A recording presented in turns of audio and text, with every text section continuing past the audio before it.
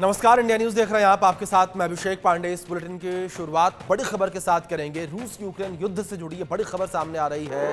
काला सागर में रूस यूक्रेन में सीज फायर और एनर्जी सेक्टर पर भी रूस यूक्रेन अब हमले नहीं कर सकेंगे। ट्रंप और पुतिन के बीच वीडियो मीटिंग हुई है। सीज फायर को लेकर दोनों के बीच बातचीत हुई है। अमेरिका के राष्ट्रपति ट्रंप ने कहा कि हो गई डील। ये बड़ी खबर निकलकर सामने आ रही है। रूस यूक्रेन युद्ध से जुड़ी बड़ी खबर निकलकर सामने आ रही है। काला सागर में रूस यूक्रेन में सीज फायर हुआ है और अमेरिका ने मंगलवार को एक बड़ा ऐलान करते हुए कहा कि राष्ट्रपति डोनाल्ड ट्रंप ने रूस और यूक्रेन के साथ कई अहम समझौतों पर हस्ताक्षर किए हैं। इन समझौतों के बाद अब काला सागर में सीज फायर लागू होगा और यूक्रेन में ऊर्जा इंफ्रास्ट्रक्चर पर हो रहे हमले भी रुक जाएंगे।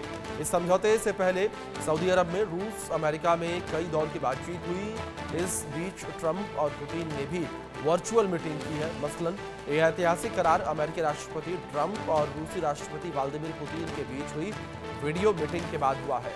व्हाइट हाउस ने बताया कि अमेरिका ने राष्ट्रपति डोनाल्ड ट्रंप की इस जरूरत को दोहराया कि रूस यूक्रेन संघर्ष में दोनों पक्षों की हत्याएं बंद होनी चाहिए, क्योंकि ये एक स्थायी शांति समझौते की दिशा में सबसे अहम है। अमेरिका ने मंगलवार को यूक्रेन और रूस के साथ अलग अलग समझौते किए ताकि काला सागर में सुरक्षित नौवहन सुनिश्चित किया जा सके। इसके अलावा दोनों देश एक दूसरे की ऊर्जा सुविधाओं पर भी हमले रोकने को तैयार हो गए हैं। अगर ये समझौते लागू होते हैं तो रूस और यूक्रेन में व्यापार युद्ध विराम की दिशा में अब तक की सबसे स्पष्ट प्रगति होगी।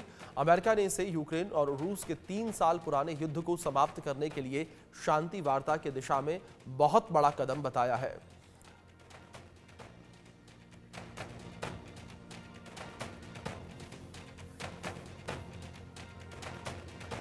तो कुछ जानकारियां आप तक ग्राफिक्स के माध्यम से पहुंचाते हैं किस तरीके से रूस यूक्रेन में युद्ध विराम हुआ है। रूस यूक्रेन युद्ध अब खत्म होने की कगार पर आ चुका है। ट्रंप और पुतिन के बीच वीडियो मीटिंग के बाद ये समझौता हुआ है।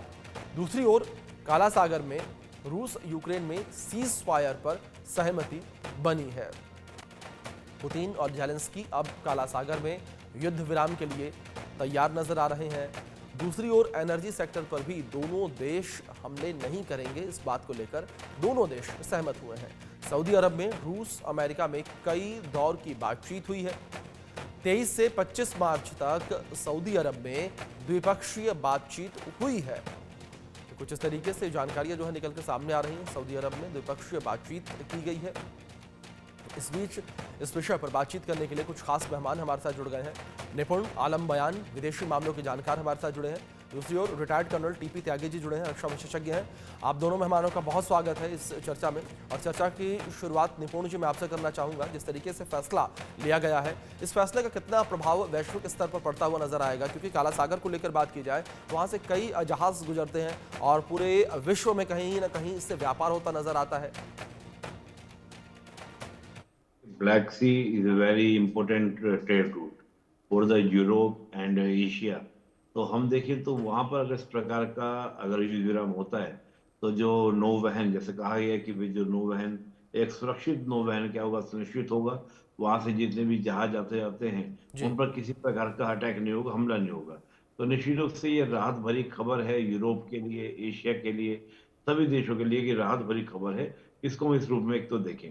दूसरा क्या है कि जो इतने लंबे समय से कहते हैं ना प्रतीक्षा थी कि ये वॉर रुके, इस प्रकार के वॉर में एक विराम लगे, तो मुझे लगता है कि स्थायी युद्ध विराम के लिए शुरुआत होगी इसी के माध्यम से। आज इतनी बात हुई है, कल को इससे आगे बढ़ा जाएगा, इससे अगला स्टेप होगा, अगले स्टेप में स्थायी युद्ध विराम होगा। तो कहते हैं कि शुरुआत अगर ठीक से हो जाए तो अंत भी क्या होता है आपका सही तरीके से होता है। तो मुझे लगता है कि ये एक शुरुआत है, अच्छी शुरुआत है, इसको किया गया। फिर हम देखें कि और बहुत सारी इसमें सहमति जताई गई कि जो एनर्जी सेक्टर है उनके ऊपर किस तरह का अटैक नहीं होगा, एनर्जी सेक्टर को क्या हो जाएगा आपका सेफ रखा जाएगा।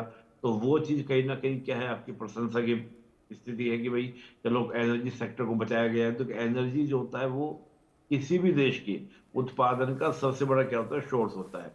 लेकिन एक बात से मैं थोड़ा सा क्या ना एक बात से लेकर मैं कहीं ना कहीं डिसअपॉइंट हूँ, वो ये कि देखिए अमेरिका और आपका व्लादिमीर पुतिन है। ये ट्रम्प और पुतिन साहब बात कर रहे हैं, वीडियो कॉन्फ्रेंसिंग कर रहे हैं।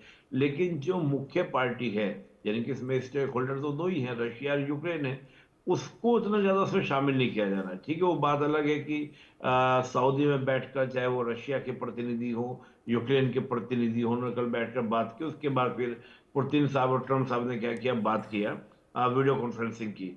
लेकिन कहीं ना कहीं एक मिसिंग बात ये हो रही है कि स्थायी जब हम शांति की बात कर रहे हैं, तो जो मेन स्टेक होल्डर्स हैं उनको भी तो बात होनी चाहिए थी। वीडियो कॉन्फ्रेंसिंग के थ्रू अगर बातचीत हो रही थी, तो उसमें अगर तीनों पार्टी बैठ के बात करती, तो मुझे लगता है कि ज्यादा और बेटर तरीके से शांति की ओर भागते आगे बढ़ती, पीस की बात आगे बढ़ती।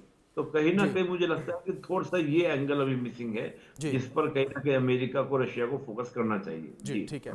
त्यागी साहब, अगर बात इस युद्ध विराम को लेकर की जाए, तो इस युद्ध विराम के बाद जो आ, मालवाहक नावें वहां से जाती हैं, अगर उन लोगों को बात करें जो व्यापारी, जो उनका सामान वहां से जाता है, उनकी सुरक्षा कितनी सुनिश्चित होती नजर आएगी, या अभी भी वहां से व्यापार करना, काला सागर से व्यापार करना असुरक्षित रहेगा? क्योंकि कई मौकों पर हमने देखा त्यागी साहब कि युद्ध विराम तो हुआ, लेकिन सीज फायर का उल्लंघन जो है दोनों देशों की तरफ से किया गया।